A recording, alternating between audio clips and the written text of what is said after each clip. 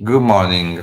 Good morning to all. Thank you to be here with us for our kickoff lecture of our Jamonet module on digital citizenship and for EU.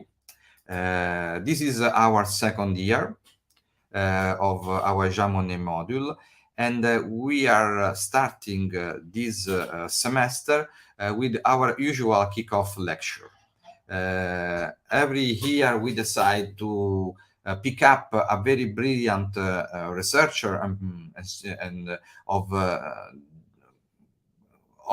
the area in which we are more interested. And this year we have decided to invite to our kickoff lecture Sofia Ranchordas.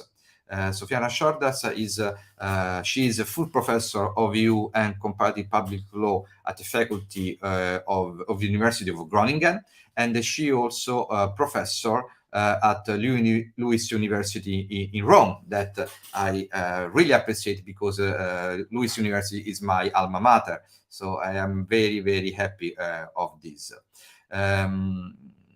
As we already do, we would like to contain our kickoff lecture in a right period of time, no more than 60, 70 minutes, just to avoid the problems and difficulties of too much exposition to web seminars. And for this reason, we asked Sofia to give her speech lecture, her keynote lecture in 30, 40, maximum 45 minutes. After this, we will have some room for discussion, for question from me, of course, and from the other two colleagues, Cristiana Carletti and Luca Germano, who share with me the responsibility of the Jamonet module. As you know, Cristiana Carletti, she is the professor of international law in our department, and Luca Germano is professor of political science in our department.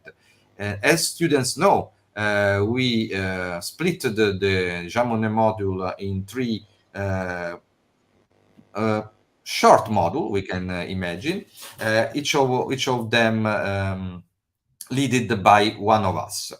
Our module, as I told before, is in its second year, and we hope that also this year we can do a very good job as we did last year. We were very satisfied last year of the outcomes of this Jamonet module.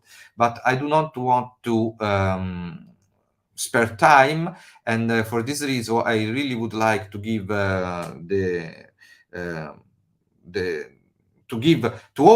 to open the key speech note of Sofia Ranchordas. We decided together to pick up as issue, as subject, as matter of this kickoff lecture, the European digital citizenship and inclusion. A subject in which Sofia Ranchordas is very, very expert from this point of view. So please, Sofia, without any other time-consuming discussion by me, I really would like to give you the floor, and please activate your microphone and give your lecture to us. Thank you. Thank you very much. It is a pleasure to be here. Thank you, Professor Torino, for the kind invitation, to all the colleagues from Rabat3, and obviously to the Chamonix sponsorship. I believe that it is more important than ever to talk about digital citizenship, digital inclusion, especially at a time when we are actually seeing that having digital citizenship, being able to participate in our online world, is allowing us to actually distinguish between real information and false information. And never before have we actually witnessed a geopolitical situation, a war that we actually are following in life. Even as a child, when the Balkans were at war, we actually were always seeing everything through the eyes of journalism, of professional journalism. And now we are seeing it through the eyes of regular people on Twitter, on Facebook, on TikTok. and that is something that pertains intimately to digital citizenship. I have some slides, but I believe that it will take a bit of a time to actually upload them. So if that's okay, I'll just speak without slides. Also because the topic on digital citizenship and digital exclusion actually begs for something that doesn't always require visual support. So I would like to structure my talk in a couple of points that will hopefully appeal to all of you watching. So the first one is, of course, on the concept of digital citizenship. What does it mean to be a digital citizen right now? And what is the difference between being a digital citizen and just being a citizen?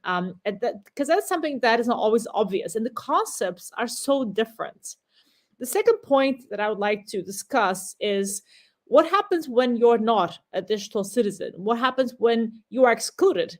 Because now we have this idea that we have to all participate online, especially in Europe. And just in January, the European Commission released the European Declaration on Digital Rights and Principles for the Digital Decade.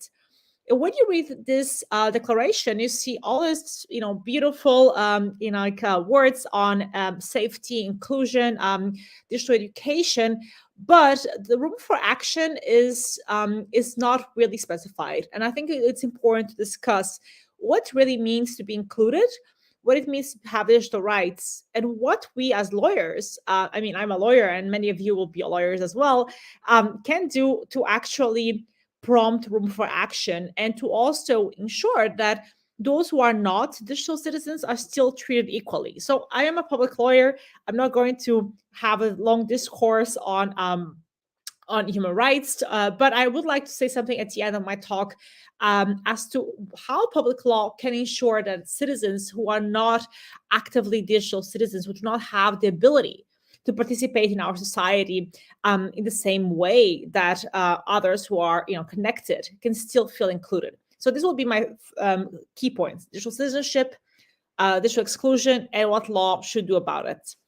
So to start with, during COVID, during the pandemic, which is still not totally finished, even though some countries have, like the Netherlands, have actually lifted all the measures. So I actually have been going to work every day, and we don't wear masks, which obviously may shock some of you, but everything has been lifted here. So God help us.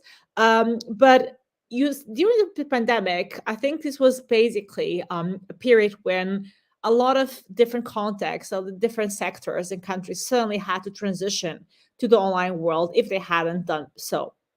And this was problematic for many people. Definitely not for those who are already online, who are already working from home, who had technology, who had the means to afford stable connection to the internet.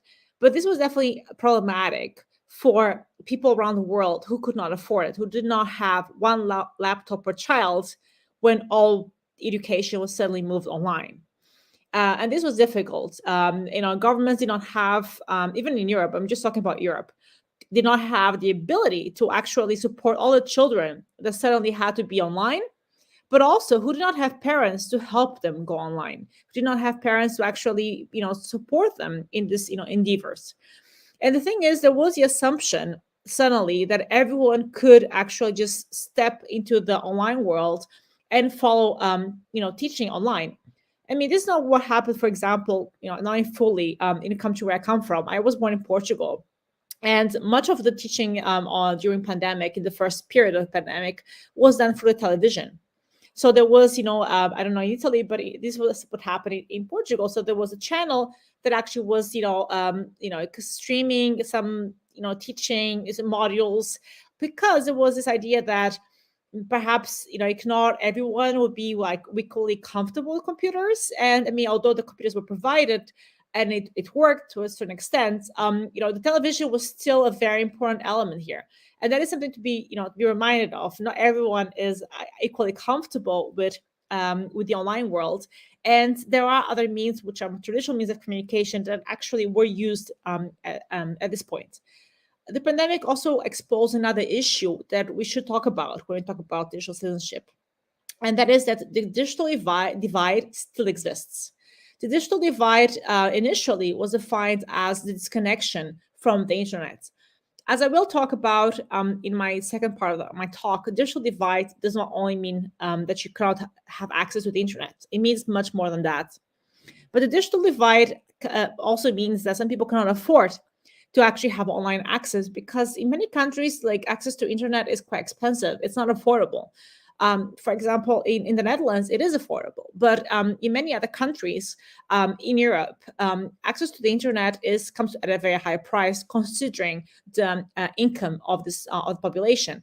In Portugal, for example, the government had to provide like a social fee, a social support to guarantee that low-income households have access to the internet, because this was something that it was also not obvious. So the price of the internet, the price of access to the online world was one issue. Many people have smartphones, but not everyone actually has a laptop to actually have stable access to the internet and to be able to fully engage with the online world. And the price of the internet is still an issue, as well as the price of devices. So this basically supposes that digital citizenship has to do exactly with access to technology and also skills, the ability to use technology. So the concept of digital citizenship has been defined from different perspectives. The first one is actually related to the concept of education and skills. So the UNESCO, for example, defines digital citizenship as a set of skills that enable citizens to access, retrieve, understand, evaluate, create, and share information and media in all formats using several tools in a critical, ethical, and effective way. So the UNESCO sees this as a way of participating and engaging in personal and professional social activities, obviously in the online world. So digital citizenship is, in a way, very much related to education. It's about having skills, having the ability to really produce knowledge, share knowledge, and consume knowledge. So digital citizenship is, in a way, not related to our old concept of citizenship as belonging to a nation state, but actually more about the idea of having skills to participate, consume, and produce knowledge. So that is a very different concept that we actually should take into account, and a concept that has not been fully translated into law. So that is something that I would like to emphasize. There is a second perspective, though, when it comes to digital citizenship. Digital citizenship is not only about having digital literacy, about having the possibility to actually engage with knowledge, but it's also about the possibility to participate meaningfully in the online world, as I said before. And this meaningful participation means also that you participate in a safe way. So digital citizenship means not only that you have the skills to use social media, to go online, to actually have all kinds of different skills, but actually it also means that you actually can actually be heard. So in a way, we actually see that it is important to see digital citizenship as a set of skills. So it requires training in the adequate use of digital technology. It requires good internet connection, access to more than just a mobile phone.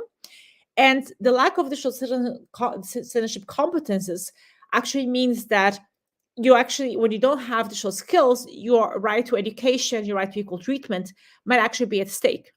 During the COVID period, this was especially the case in Western countries that did not provide full access to good quality education. But honestly, this was mostly a problem for non-Western countries. So the UNESCO estimates that 185 countries, girls were the most affected group.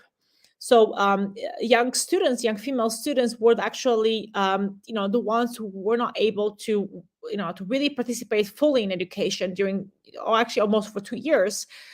Schools were also safe havens for children. And for the moment that remote learning was the only option for many schools, this was either not possible because the school didn't have infrastructure, or because unfortunately what happens very often is that besides the lack of skills, Sometimes the remote learning is not fully operational. So distance learning is not always available for the most vulnerable families, as I said. So it is important to see that digital citizenship has two dimensions. So as I said before, the dimension of education, the dimension of skills, the dimension that refers to having stable internet access, and to actually have digital literacy. Digital literacy does not only mean, of course, being able to use the internet, being able to have, to engage meaningful with content. It also means that you also have algorithmic literacy at a high level. So there are many levels of digital literacy. There are scholars that argue that in nowadays we should have not only the ability to engage with information online, but we should understand what is underlying. So data literacy would be included in that. Algorithmic literacy would be included. So the ability to understand that social media platforms have embedded algorithms that influences. And then when we dig deeper into these different literacies and levels of digital literacy, we see that there is empirical research showing that many advanced countries that have very high levels of digital of digital access, like Norway, for example, have very low levels of algorithmic literacy. So I wouldn't say we should go up to the algorithmic literacy, but it's important to know that digital literacy actually has multiple levels, and these multiple levels of digital literacy also are important for citizens to be fully able to be digital citizens. If you do not have the real perception of the existence of algorithms that are embedded in platforms and how they work, at least like on a basic level, you might not be fully engaged digital citizen. So in this first dimension, digital citizenship is about skills, about literacy, and about being able to use platforms and technology in general in a competent way. But digital citizenship is not only about education. If it would be about education, you would have probably invited someone from communication or from the education sector to talk about it. Digital citizenship has a participation and empowerment dimension. So the second dimension of digital citizenship refers to the ability of citizens not only to use technology, but to participate in society from a democratic and economic perspective. And this is when it becomes more legal, but also when it becomes more problematic. And this is when I think that the recent communication from the European Commission has not been able to fully address the problems of limited participation and empowerment. So the second dimension of digital citizenship as empowerment and as participation ties in more closely with the traditional concept of citizenship. So the traditional concept of citizenship is about belonging to a state, having some, being entitled to exercise some rights. Digital citizenship is in a way different from traditional citizenship. You don't need to be a citizen of a state to be a digital citizen. And the other way around, you might be a citizen of a country and not be a digital citizen if you're disconnected from the internet, if you don't feel empowered to actually participate meaningfully in that society. So basically, digital citizenship is a fundamental concept for modern democracies, and especially because digital technology is a source of empowerment that provides citizens with new tools to be heard, to develop new businesses, and participate in the information society within and beyond traditional citizenship arrangements, like voting, for example. It is important to see that digital citizens are viewed as those who are able to take advantage of the potential of new technologies in a digital environment. They're able to connect with government online, and they're able to make use of digital services. So a digital citizen, from the empowerment and participation perspective, is someone who is aware of the rights that are associated with this digital environment. So, for example, it is someone who has a clear perception of public information access, personal data protection rights. So it is someone who is well integrated in society, is able to participate and have a say. So it is, of course, important to know that there is, depending on the country, there will be a higher or lower number of citizens who are citizens of that state, but who are not able to be digital citizens. So seniors, for example, are usually the most affected ones because they are not always as well versed in the use of technology, and they might not be able to actually have a say in the same way that others, like more tech savvy citizens, would have. However, at the same time, a digital citizenship also means that you can be a digital citizen of a country where you don't have a passport from. So, from a more theoretical perspective on this issue, there is scholarship that claims that a digital citizen acquires the status of digital citizenship not through a passport, not through membership of a nation state, but through their performance in cyberspace and the exercise of their digital rights. So, for example, by participating in the cyberspace, by having a say in online discussions, and that means actually that the concept of digital citizenship is definitely not limited to the analysis of digital tools that have been used to enhance democratic participation, like e-voting, or all these kind of apps that are that have been created by governments to provide feedback to authorities. But digital citizenship is actually about being able to really have a say in the wider civic and information society culture. There are countries that actually are trying to close the gap between traditional citizenship and digital citizenship, or are trying to actually even show that the most important thing actually is not to have a passport, but to actually be a digital citizen. An example is Estonia, which is the most advanced country in the world when it comes to digital government. So Estonia has a well-known system called e-residency scheme, and it is a new perception of this digital citizenship, which basically means that if you actually establish, like an e-residency in Estonia, you actually offer a transnational digital identity. So basically, that means that you are a digital citizen of Estonia. You don't need to be there as long as your business has an establishment there. And that means that you regardless of where you live around the world, you can apply to obtain access to this platform that is built on inclusion, legitimacy, and transparency. And you are an e-resident of Estonia, so you have all the rights that a digital citizen would have in Estonia, even if you don't have an Estonian government passport. So the primary reason for people to join this digital citizenship scheme is to be able to actually engage with Estonian public bodies, to run your business for Estonia. And they also use a number of trusted online systems. And the idea is that you actually don't need to actually be a member of that state, a citizen of that state, to actually have the same digital rights. This is, of course, a very optimistic perspective of digital citizenship that actually runs on the idea that you don't really need to be a citizen to actually have all the rights. But if we are honest, this idea of digital citizenship, according to the Estonian scheme, is an optimistic view of citizenship that resonates mostly with the idea of of businesses, of conducting business online. So this is something that is still very limited to the highly educated digital literate individuals that are engaging in business, startups.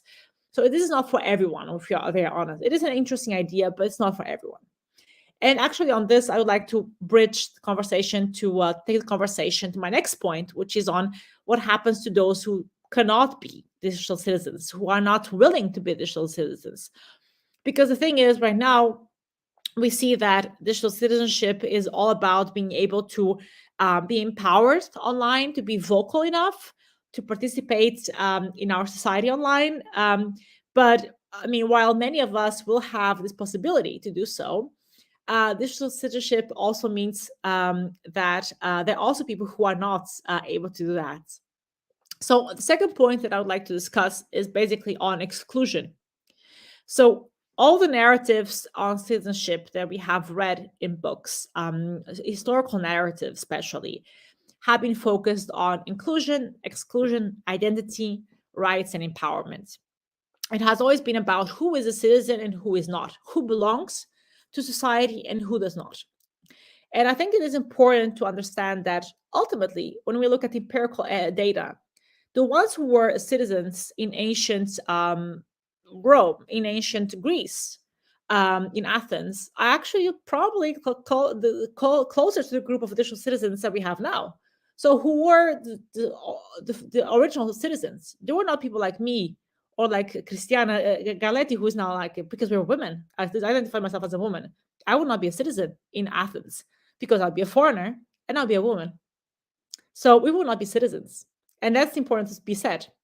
So in the ancient world, only men and not foreigners could not be citizens. I remember when I was younger, there was a very famous song that the younger students might not know called Le Metec by Georges Moustaki. I don't know if the older generation would be aware of the song, but this song is about what it means to be a Metec, so what it means to be a foreigner. Not only foreign, but a Metec has a bit of an older, like a stronger implication. Someone who does not belong. And Jacques Moustaki wrote a song because he felt like he was a foreigner in France, and he felt excluded. And when you listen to the song, which is a song that has, is quite dated, there is this sense of not belonging, of unbelonging to a certain place. And this actually refers to citizenship, actually, in a way, because in the ancient world, only a very small number of people belong. So only like the paterfamilias belonged. So only the man of the family, the educated man, the man who had something to say, belonged, and he was a citizen. But if you were a foreigner, you're a citizen. If you were a slave, you're definitely not a citizen. If you're a woman, no way. So there were so many conditions that excluded so many people from citizenship.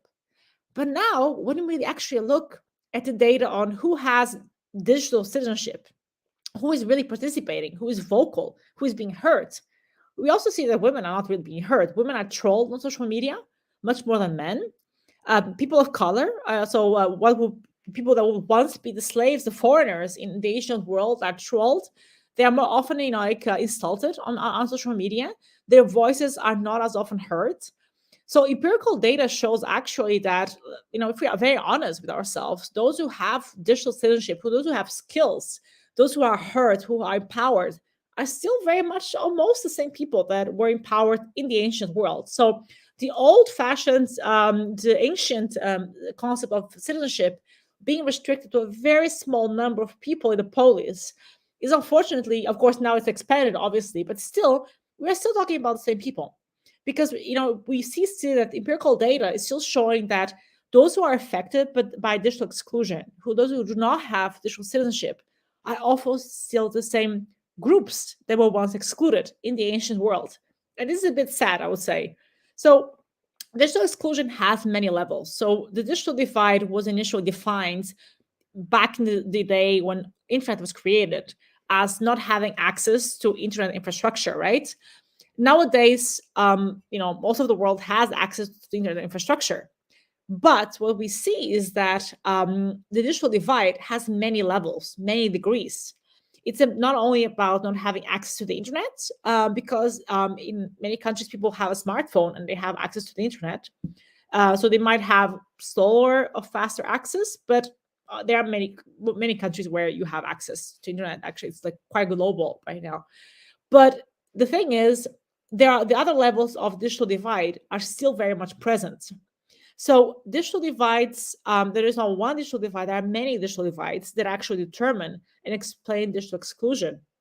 So you have, of course, not having access. It's the first digital divide, first level of exclusion. But then you have others, like not having skills. If you're not able to read and write, you're not really able to use the internet. You're not digital citizens for sure. So literacy is so important. In the Netherlands, for example, 20% of the population is not able to understand what they read. So they have literacy problems or they are illiterate in the Netherlands. So 20% of the population. In other countries, it might be higher. So I'm just talking about countries which is one of the richest countries in the world. And 20% of the population may have gone to school, and they will have gone to school for sure, but they have literacy issues. And this is something that is important to be said. If you cannot have, if you don't read and write correctly, or at least like to a sufficient level, you cannot use, you cannot use the internet correctly either. You will not understand what you read. So the second level of the digital divide refers to literacy and digital literacy. So it refers to skills. So when you actually do not have skills, you actually cannot participate either. So you're excluded. And here, of course, we then move higher and higher. And all this has been documented not in legal literature, but actually in literature from communication sciences, education, that has explored all these different levels. The second, besides literacy and digital skills, there are higher levels of exclusion. So one of them is the so-called digital capital, a concept that has been explored by a number of colleagues in the UK. Namely, Massimo Ranchordas has actually written a number of books and a number of articles on what he calls digital capital. If you do not have digital capital in this world, you are also not exactly a digital citizen. You are excluded. And the idea of digital capital is very much inspired, of course, by social capital. And the idea is that if you do not have a community online, if you're not surrounded either online or physically, but mostly online, by people that feed you the right information, people who you can engage with, you'll be pretty much excluded from the real conversations. You will be more prone to absorbing misinformation, disinformation. You'll not be able to distinguish between safe websites and not safe platforms. So the idea of digital capital is basically to try to understand how the online world is playing out, but also to be able to understand it, because your social entourage, your digital entourage actually helps you to do so. So, for example, if you are a tech savvy teenager, your digital capital is very big. It's probably much higher than a senior who actually only uses the internet to check Facebook on grandkids, for example. So digital capital has to do with how many connections, how many streams of connections you have online, and how you actually engage with them. The last level of digital divide that comes after digital capital, the lack of it, is actually the reluctance to take up digital platforms. So the lack of trust in digital technology. This is something that we actually still see. This is something that was very visible during the pandemic. There are people who actually have access to information, they have skills, but very often they don't trust it. So the mistrust in technology is something that also exists. It also separates and excludes citizens. And when we see that there are countries that have a digital by default policy that is very strong, like Denmark, for example, it is quite difficult to actually connect people that have all the means, all the skills in general, but might not have the motivation or the trust to engage with digital technology. There are citizens who do not want to be digital citizens, and that is important. What do we do with them? So, for example, in Denmark, there is a rule since 2014 that for 200 services, public services, you have to use them online unless you apply for an exception. So unless you actually are eligible for an exception, you actually have to engage with all the digital services online. And the alternative, the offline alternative, might not be the best one. So this is something that should be taken into account. What do we do with citizens who do not want to be digital citizens? And that is something that is important. So as lawyers, we have to think about not only the sources of digital exclusion, but also the legal implications. How do we make sure that all citizens have the right to have access to services? And how can we ensure that people who do not want to be digital citizens are still included? So, of course, here also, the obvious disclaimer is always that principle proportionality should always be applicable, right? So we should not, require either citizens or governments to go beyond what is proportionate, and that is, always a disclaimer. But still, it is important to think about the different implications from a legal perspective of the lack of digital citizenship and how you can fix it. So the first issue that I would like to raise from a legal perspective is that when when we actually design the world, the digital government, public services for digital citizenship, we actually have to take into account the fact that there are vulnerable citizens. So vulnerability is very poorly defined in public law in general, because in public law we only have two concepts. We have the concept of the average citizen, for which platforms are designed. So the person who is able to engage with technology on a basic level, on an average level, who can apply for services directly without any help. And this is a target of most services online and of digital citizenship online in general. But then we have the disabled citizen. So the person who has, who is documented as being disabled, so someone who is blind, for example, and this person will receive special assistance. So we basically have this covered. So the concept of the average citizen and disabled citizen. However, what we actually often forget when designing platforms, when designing services online, is that there are citizens who are neither average citizens nor disabled citizens. There are citizens that fall into a gap. They are vulnerable because they don't have time to engage with technology. They are vulnerable because they don't have literacy. They are vulnerable because they can't afford technology, but they're not disabled either. They are vulnerable for so many different areas because they don't have digital capital.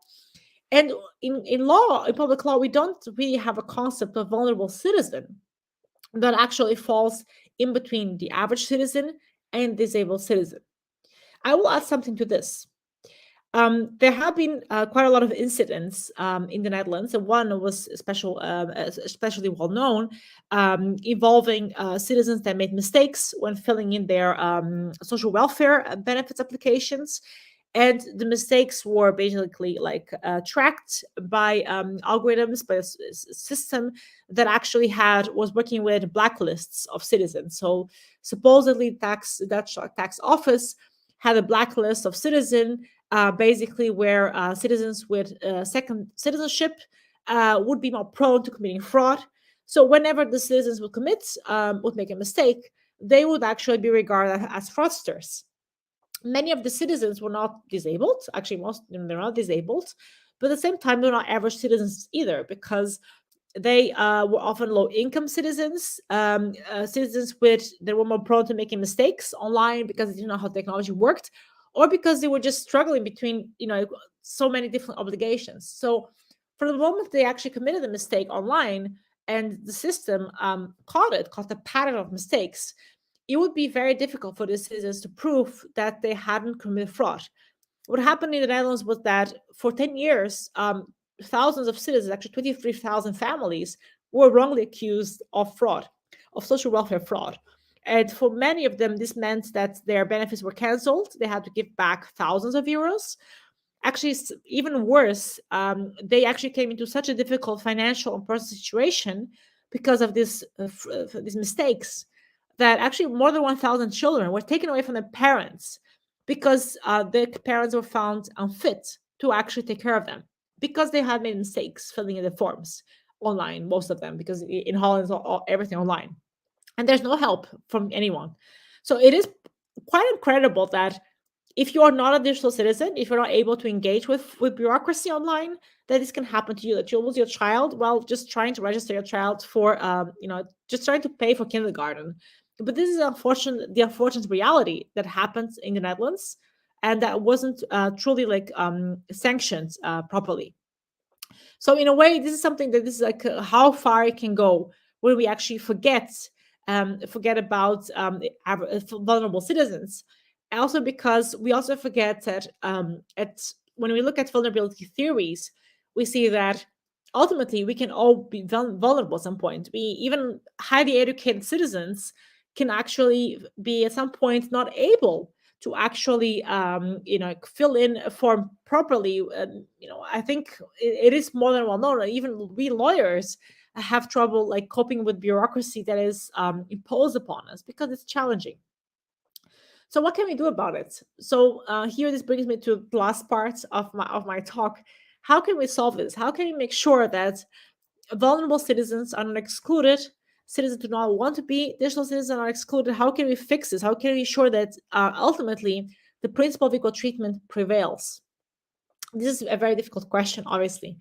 When we look at the European Declaration on Digital Rights and Principles for the Digital Decade that was issued in January 2022, you will see many principles that sounds very appealing.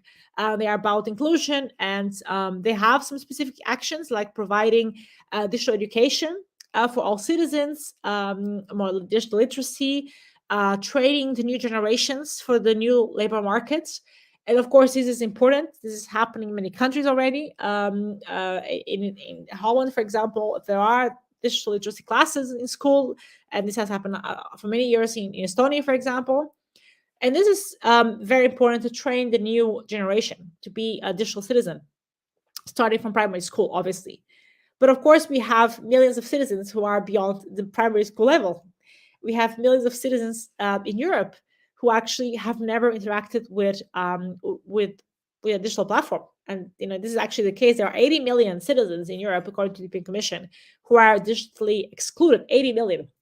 So in that sense, to make sure that these citizens are participate actively in the digital world, they are digital citizens, we need to think about not only training them, not only providing access and affordable internet and making sure that they have digital skills to participate and feel empowered, but we also need to make sure that there are also mechanisms to make sure that when they make mistakes that are not sanctioned in the same way that the citizens that I told you about in the Netherlands were sanctioned.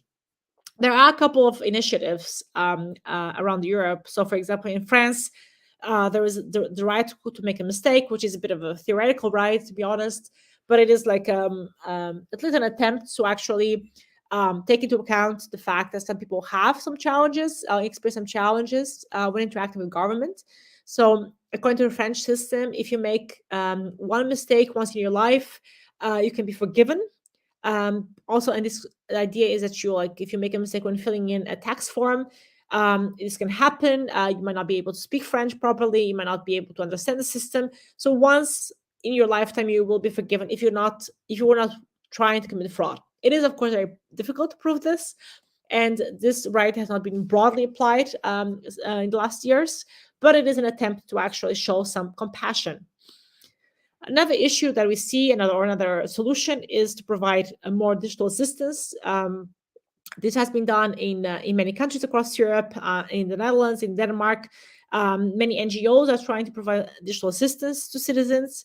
Last year, the government has provided quite a lot of money to libraries in the Netherlands to offer more digital literacy courses to seniors.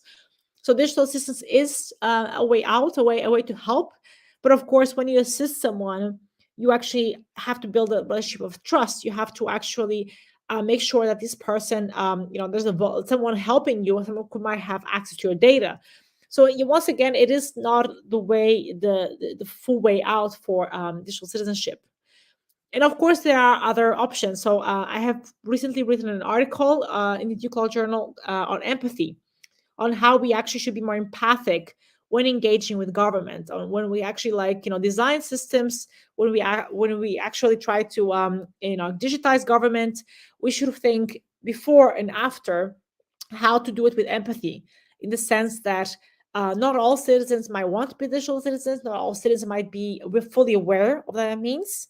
So think twice before making everything digital. Try to gather as much participation as you can from society, from different stakeholders, not only from the tech savvy, and try to see whether whether everything has to be as high tech as it can be. So there are also solutions which are more frugal, but which actually can be a first step towards uptake of technology, and that is something that not everyone thinks about. So try to think about the solutions. Try to think about ways in which citizens can actually engage meaningfully with technology, which is also open to citizens that have difficulties in writing. And also, let's try to analyze also the success of some private platforms. Facebook can be used by almost anyone. And this cost, of course, is because it's a very user-friendly website, obviously a platform, but also millions of dollars go every year into user-friendliness research. So this is something that should not be forgotten. To make platforms accessible, to make them actually user-friendly for everyone, also costs money. And this investment in design, in user design, user friendliness, is something to also be taken into account. So in a way, I think we can learn a lot from other platforms that exist there. And this is an effort that actually we should not undertake only as lawyers. Citizenship studies is not only a legal matter, it's something that has been studied from different sciences, political science, sociology, law, of course. But I think now more than ever, digital citizenship should even be more interdisciplinary, because digital citizenship also includes aspects of media studies, new media studies, communication, but also journalism. Because right now we see with the war in Ukraine that there is so much disinformation going on both sides, that citizens without digital citizenship, without skills, might not be able to really distinguish between different information, might not be able to judge the accuracy of data being spread, being shown. And in more than ever, we actually need to make sure that citizens have literacy, they have digital skills, they have stable access to the internet, they are informed, but they also, there's more transparency from the side of platforms on actually on what is being done to counteract disinformation. There are of course many initiatives on this. I'm not inventing the wheel here, but I think it's important to actually reflect upon the idea of digital citizenship ultimately as also being an idea of belonging to the online world. So the concepts of citizenship and digital citizenship are very different, because one is focused on belonging to a nation state, the other is focused on participating in being empowered in online worlds, and also on skills. But ultimately, they're also about belonging. If you don't have skills, if you don't have the ability to participate in the online world, you also don't belong. So ultimately, citizenship and digital citizenship are very close to each other, and ultimately they are excluding the same people that citizenship in the ancient world excluded. So I think as lawyers, we need to think about, from a equal treatment perspective, how we can close the gap, how we can make sure that all citizens belong, all citizens are really truly like active and empowered, and they feel welcome in the online world, and they can do it safely, so that we actually have a concept of digital citizenship that is about belonging and not about exclusion. Thank you very much. Thank you, Sofia, for this very extensive and in-depth presentation of what digital citizenship can be. I think that you touched really a lot of points that are interesting and stimulating. I have a lot of I would like to present a lot of observation about what you said, and because you stimulate really my thoughts, really food for thought, this kickoff lecture of Sofia Ranchordas for us, for our student. Before that, I leave the floor to my colleagues, and to the students that are following us online. I really would like to ask only one thing to Sofia. I take the opportunity to be the chair leader in this moment. I would like to ask to Sofia, would like that Sofia give to us some of his thoughts about the digital citizenship and European citizenship. In the last conference panel of the future of Europe, European citizens were a little bit timid, we can say shy, in adopting a proposal or more proposal about European digital identity. If we can talk about European digital identity. How do you think that we can increase confidence in this new idea of a European digital identity? If you share this point of view, of course. Thank you, Sofia.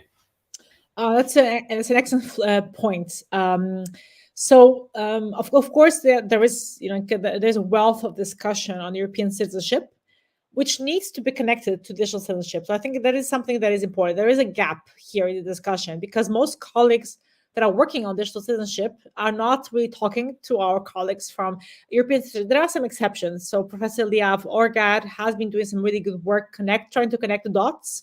But in general, this connection is a bit off. So I think one thing that is important to say is that right now we have been going through a wave of skepticism regarding Europe, and that should be said. There is some mistrust in European mechanisms, governance mechanisms, and that is, undermining as well, the emergence of systems like digital citizenship, also digital identity at European level, obviously, because the thing is, when we look at trust in Europe, all this statistics that exist nowadays, we see that it's not really like growing, and that there is so the Eurosceptics have been really able to stir up things in the last years. And I think now probably the crisis in Ukraine is bringing us together as Europe, and this can actually change probably in coming years. But I think to be able to have like an European digital identity, I think we definitely have to to be closer as Europeans, to feel more European as citizens. So the concept of European citizenship has to be stronger. But also we shouldn't forget that while there are many countries that have a system of digital identity for a number of years, like the case of the Netherlands, Denmark, Estonia, there are countries where people still struggle with this. So people still do not want to go online, still don't trust digital identity systems. So I think we still live in Europe with different perceptions of digital identity. So we need to also like educate citizens for that, increase the trust. I think trust is the key issue, the trust in Europe, European institutions. But we also need to do it from the national level, trying to educate people to understand what digital identity can be, what it can change, how information will be communicated between different institutions. And I think only by working at both bottom up and top down, we can actually make sure that there will be more trust in this in European digital identity. Because right now, I think we are at a time, I would say like this probably until 1 week ago, where Euroscepticism was really winning. Our it was growing quite a lot, and it was actually being shared across Europe. It was not just in a couple of countries, but it was throughout Europe, from Portugal to Poland. And now I think we might be heading in a different way, but I think trust in Europe is important here, and I think that will definitely like trust in Europe and also trust in technology, but also this trust in technology and in digital government. I think, which is important to be said, digital government has to be also worked at national level, because national and sub-national level, because if this doesn't actually is done, it's impossible to have it at European level. Thank you, Sofia. I apologize again with Christiana and Luca. There is a question from our students. Thank you for people who are watching us. Thank you for a very interesting lecture. I wonder if you have had time to think about the extent to which digital identity wallets could drive EU digital citizenship. You can read the question below. I don't know if you have some idea on this. I mean, I haven't worked on digital identity wallets to be honest. But again, I think this ties in very much with what with my answer to Professor Torino's question. So yet again, I do think that this actually connects to the need for more trust on digital identity as such in general. So at national level, there is. I mean, I have, of course, digital identity wallets in my in the Netherlands, obviously, and in Denmark this also happens, and in general population trusts it. But we think that we need to create more trust at the European level to also have this as European citizens. So I think there is a trust issue here. But again, I haven't worked specifically on digital identity wallets at European level. Okay, I see. And it's time for Christiana and Luca. I don't know if you have some comment and some question for our colleague. Yes, from my side, Raffaele, thank you very much for giving me the floor, and very, very thanks, Sofia, for the comprehensive introduction that is perfect for this opening lecture of the model, of the Jamonet model. Let me say something that echoes what Raffaele already said about the interdisciplinarity of the issue at large, because we have to face to several not only expectations but also lines of actions, also on the according to the legislative opportunities to govern this issue, and it's not an easy task, not only at the national level as you mentioned, but also, as Raffaele has just mentioned, at the European one. Let me say something about the international level, because it is my field of work. You mentioned something that relates to the concept of digital inclusivity, because we are facing something that is absolutely fragmentation in terms of opportunities for accessing and using at the best all the chances or all the digital chances that we have.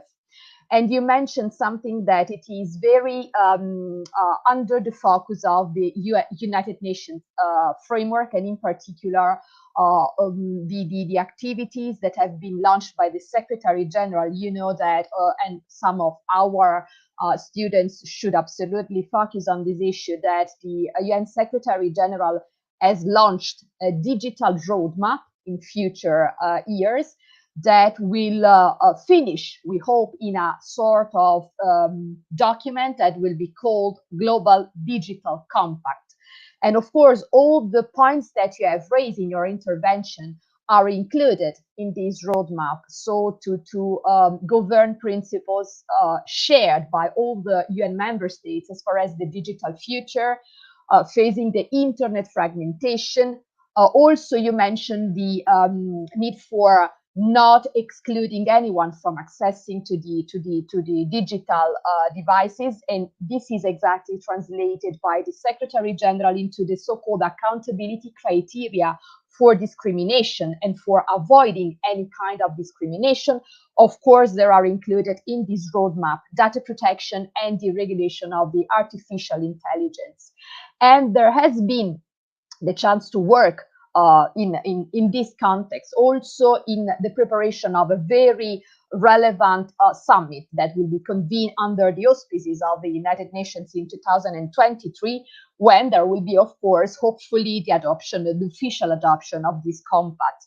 And it is interesting that at the same time, there is a parallel path towards the adoption of a global code of conduct that is connected with the very big issue concerning the disinformation or mistrust in public information.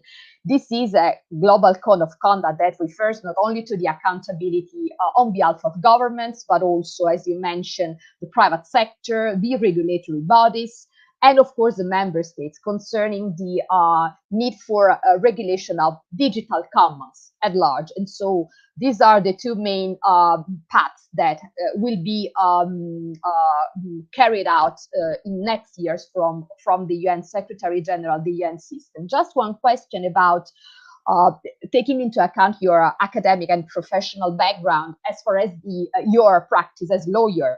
When we refer to the roadmap for digital cooperation, there have been some lines of action that, of course, require different legal approaches. So if we think about governments, we have to deal with hard laws. If we think about business companies, and in particular the digital ones, we have to face opportunities for a government, a proper governance about this point, according or through soft laws or code of conduct or self-regulation.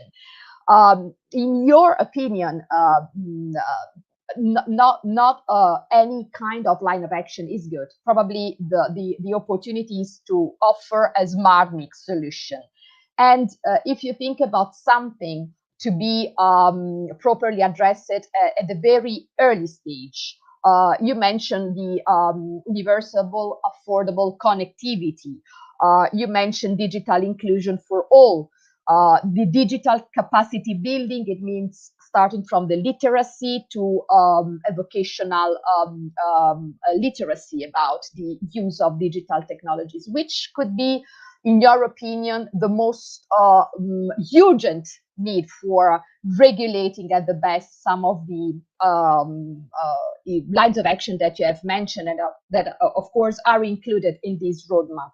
There is something that, according to the smart grid mix grid, could be absolutely put at the very first level in terms of priority. This is my question to you. Thank you very much for the insightful comments. So I must say that even though this is not a legal solution, I do think that the most, I would say, like, the priority right now, I think it is to educate citizens at different levels to actually for digital citizenship. Because the thing is, there is we cannot we cannot do away with technology anymore. It's here to stay. It's efficient. It has connected us to the world during the pandemic, and it's connecting us to the world right now as as things happen. So but the thing is, I think we definitely need to have different strategies when it comes to digital literacy, which should include also algorithmic literacy and data literacy. So not only just having Disney programs, because actually they're often sponsored by, developed by Disney, actually for children. So the Disney programs that are being developed, I don't know in Italy, but in Holland they are developed by Disney, teaching them how to use the internet. But it has to be broader. It has to be more it has to be for everyone. So not for students, not only for children, but actually for people of all ages. So we definitely need to have that. So we need to have a digital education for all, but also digital education that is comprehensive, that is actually for people from different from different ages, different levels of trust. And this has to be in connection to traditional channels of media, so with television as well. And until we have that, we will not be able to also win the fight against misinformation, disinformation. So that is something that I would say is the number one issue, to work on digital literacy at different levels. Of course, I agree on what you both are saying, but I was also thinking that it's quite weird in our Western society that while we are talking about the right to internet access, we are also talking about the right to disconnect, because there is a movement of thinking that is talking about the right to disconnect, because of course we are now in the, how do we say, we are now online with the right with this way to be a e-society. Okay, we decided to accept to be an e-society, but there is some people that would like not to be in an e-society, would like to come back to a more or less e-society. And of course this is a little bit weird for me. I don't know if Luca has some comments or a question for Sofia. Otherwise, Yes. I have a question from students. But before Luca, please. Yes, I just one question. Thank you very much to Professor Ranchordas, Sofia Ranchordas, for her very interesting speech, and for this detailed point as a legal scholar. As a political scientist, I'm wondering if we have any evidence on how to concretely achieve inclusion of vulnerable citizens through digital citizenship. In other words, in your opinion, are there any further gaps besides the ones who you already identified between the formal setup and its concrete implementation that need to be addressed? For example, could the different national legislation hinder implementation? So I think we should oversee the implementation phase. Thank you very much. That's an excellent question. So other sciences are studying this. So other science, especially media communication, has been studying the effectiveness of these programs and also the digital divide. So for example, there are two colleagues from the Business School of Oslo, Christoph Lutz and Gemma Newlands. And Christoph Lutz has done some work on digital divide in different levels. There are some colleagues from LSE. There's actually, now I forgot her surname, but I think the most prominent scholar in this area is Esther Hargitay, who is from Switzerland, and she actually has done quite a lot of work on digital exclusion right now, and how this is occurring. The same has been done as well by Massimo Ranieri at Northumbria University. So what we see, and there is a wealth of research on this. So there are many points, empirical points that have been found. So for example, one of the issues regarding this is, for example, many myths have been debunked on who is affected by digital exclusion. So we always think that, of course, underrepresented minorities are very often affected, and just regular programs don't really work. because of language barriers, but also like many of these studies have found that even young people are affected because they very often sometimes mistrust technology. So there's quite a lot of research on this. And this research actually shows that there are many digital divides, and the thing is, policies that have been implemented only consider like the two levels of digital divide, so skills and access. But they don't always consider the fact that the lack of digital capital. So if you're not surrounded by people that use the internet with skillfully, you're not going to use it either. So digital capital has been found as being a major gap in digital policies, because we only train people to actually like have improve their skills as individuals, but we don't see that actually not only about your own skills as an individual, but also about who you are surrounded by and who your community is. So the lack of like a community to help you is definitely something that has been found as being one of the gaps of existing policies. Also, other empirical findings have been on the fact that very often, women, so gender is not always taken into account. Also, the fact that citizens from different groups might not have different needs. The fact that NGOs that help with digital assistance, they all often are not fast enough in providing access. So there is, depending on the country, there is quite a lot of literature trying to show that there are some failures in policies, even though in general, I think the big finding is that it is important. These policies are good, they're doing something, but their implementation does not always take into account the individual categories of citizens that they should be addressing. So this is something that I've seen in the literature in communication sciences and education. So this is something that we should, as lawyers and public policy and political scientists, when thinking about policy, that we should also take into account. So we should take into consideration what our colleagues from communication sciences are doing, and the fact that these policies should take into account sociology studies and the fact that we actually need to understand the categories of citizens we are working with, instead of just having like one size fits all policy. So this is something that I have seen in quite a lot of literature on this digital exclusion, which is largely empirical, actually. Thank you again, Sofia. Just really a last question by me, because you before talked about this EU initiative about digital principles and rights, EU digital principles and rights, this new proposal of the European Commission to have a sort of a chart of digital principles and rights. And this brings to me an idea that is now been talking since some years among constitutionalist scholars mainly, that is about the necessity, I don't know if you agree this or not, the necessity of a new digital constitutionalism. I don't know, I know that you are part of several associations also in public and constitutional law, and I really would like to have your idea about this, the opportunity and the necessity of a new digital constitutionalism. Thank you. Yes, this is an excellent question, and the discussion. I'm part indeed of many groups that are working on digital constitutionalism, and digital constitutionalism has, of course, difficult to define. So I don't think the European Commission really helped the community very much with this digital charter, this charter for digital rights. Although this charter bears a lot of similarities with with other charters on digital rights, like in Brazil had one, a bill of digital internet rights already from many years.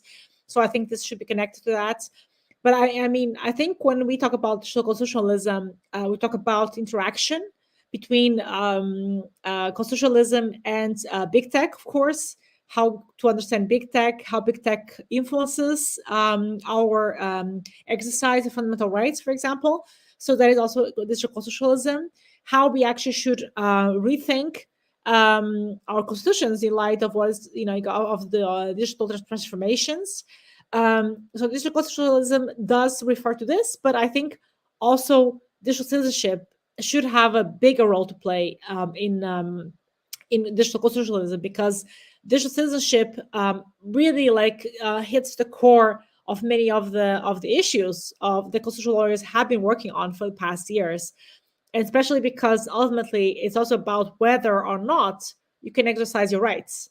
If you don't belong, if you're not empowered, if you don't have any skills, if you don't have like the ability to really like participate, if you're excluded, you also don't exercise your constitutional rights.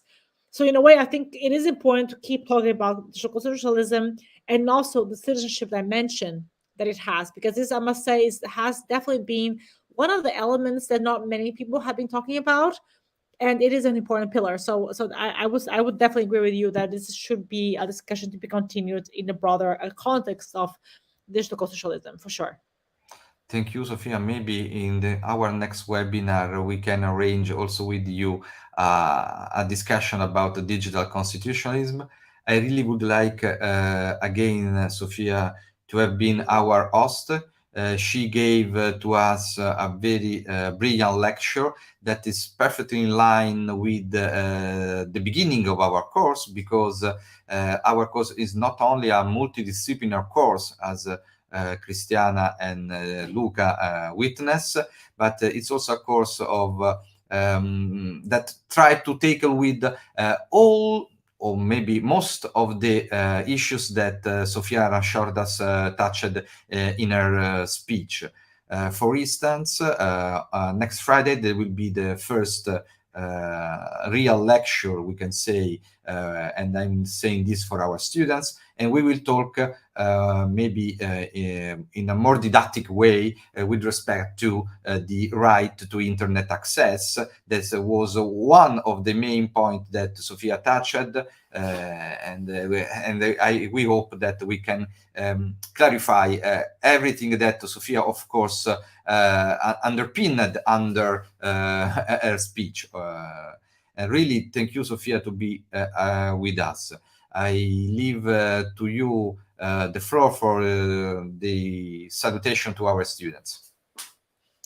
Well, thank you very much for the invitation. I tried to like touch upon the broadest topics that I could imagine that would be addressed in digital citizenship module. I hope students appreciated that as well. I hope this was what this met your expectations as well. And I would like to once again thank you for the opportunity to be hosted here for this keynote.